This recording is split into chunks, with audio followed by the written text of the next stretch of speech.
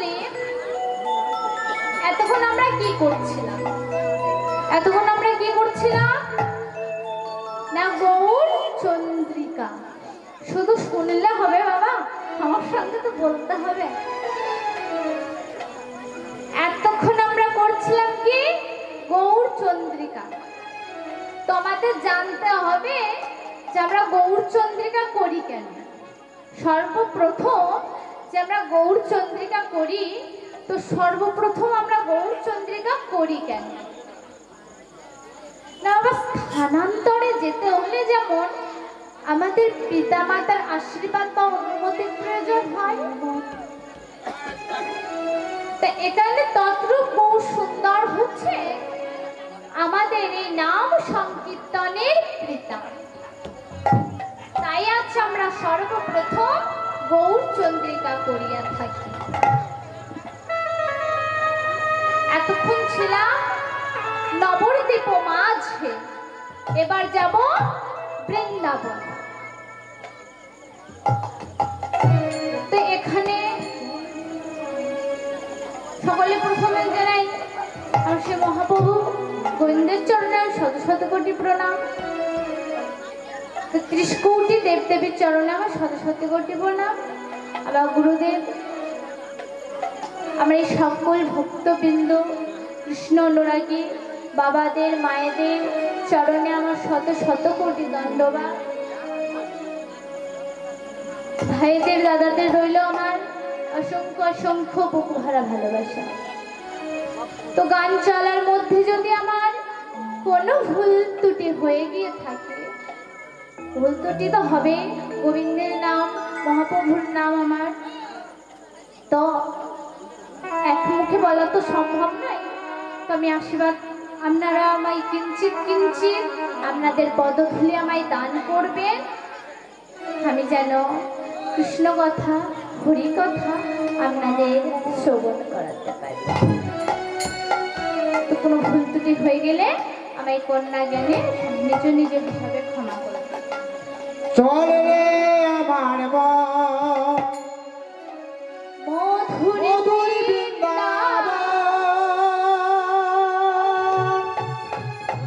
যমুনার ধারে ধারে কামালে রে একবার চলে রে একসঙ্গে চল রে আমার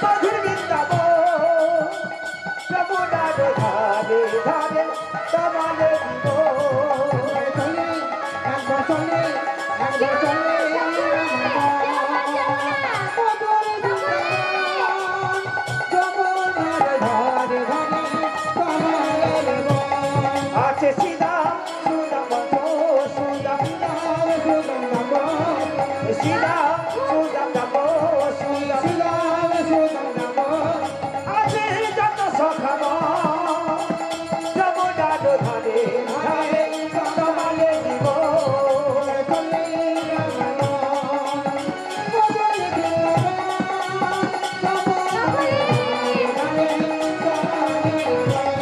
এক বচনে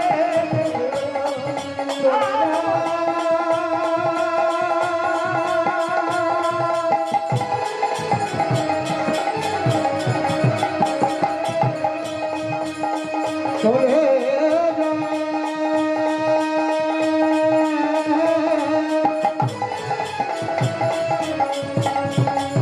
চলে যা চলে যা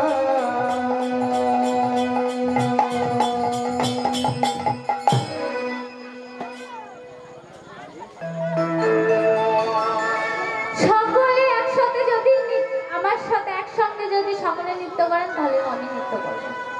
তো কে কে সকলে তো বাহু তোলে, বাহু নামালে হবে না কিন্তু, তাহলে আমিও বাহু নামিয়ে দেবো, মনে থাকবে তো? আচ্ছা, তো সকলে একবার দেখি